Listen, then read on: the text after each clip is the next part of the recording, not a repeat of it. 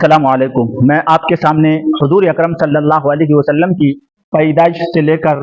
اس دنیا سے پردہ فرما جانے تک ایک نقشہ اور خاکہ پیش کر رہا ہوں کہ کون سے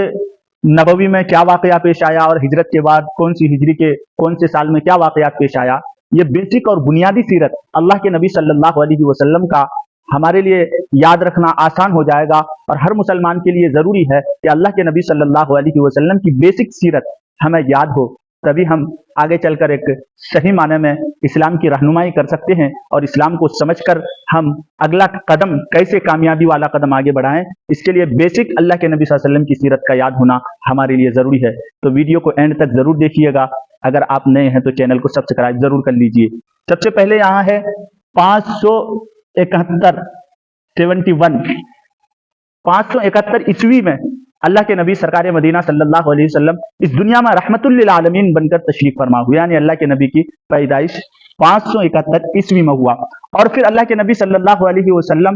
6 سال کی عمر کو پہنچے کہ حضرت آمنہ رضی اللہ عنہا کا انتقال ہو گیا۔ پھر 13ویں سال میں اللہ کے نبی صلی اللہ علیہ وسلم ملک شام کا سفر فرمایا، اور پھر 25ویں سال کی عمر میں اللہ کے نبی صلی اللہ علیہ وسلم نے حضرت خدیجۃ الکبریٰ رضی اللہ عنہا سے نکاح فرمایا، یعنی شادی کی، اور پھر 40 سال کی عمر میں اللہ کے نبی صلی اللہ علیہ وسلم کو نبوت عطا کی گئی، اور پھر نبوت کے 3 سال بعد سن 3 نبوی میں اللہ کے نبی صلی اللہ علیہ وسلم نے کھلم کھلا علی الاعلان اسلام کی تبلیغ فرمائی، اور پھر 10ویں سال اللہ کے نبی سرکار مدینہ صلی اللہ علیہ وسلم طائف کا سفر فرمایا، اور پھر سن 11 نبوی میں اللہ کے نبی سرکار مدینہ صلی اللہ علیہ وسلم سے 6 مدینے کے لوگوں نے ملاقات فرمائی اور مشرف بے اسلام ہوئے۔ یہ ملاقات موسم حج کے موقع پر اللہ کے نبی سے مدینے کے 6 لوگوں نے ملاقات فرمائی اور اسلام قبول فرمایا۔ پھر سن 12 نبوی میں 12 لوگوں نے مدینے سے آ کر اللہ کے نبی موسم حج میں ملاقات فرمائی، اور وہ 12 کے 12 مشرف بے اسلام ہوئے۔ سن 13 نبوی میں اللہ کے نبی صلی اللہ علیہ وسلم سے موسم حج میں 75 لوگوں نے ملاقات فرمائی، اور پھر ان 75 لوگوں نے مدینے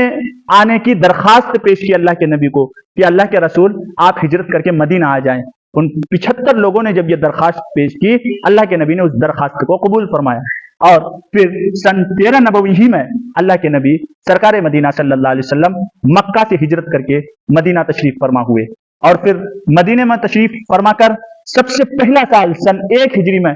مسجد نبوی کا قیام عمل میں آیا، یعنی مسجد نبوی کی بنیاد رکھی، اور پھر ہجرت کے دوسرے سال غزوہ بدر کا واقعہ پیش آیا، اور پھر ہجرت کے تیسرے سال غزوہ احد کا واقعہ پیش آیا، اور چوتھے سال بنو نذیر اور بیر معونہ کا واقعہ پیش آیا، اور 5ویں سال ہجرت کے 5ویں سال غزوہ خندق کا واقعہ پیش آیا، 6 سال صلح حدیبیہ ہوا، اور پھر اسی سال خیبر فتح ہوا،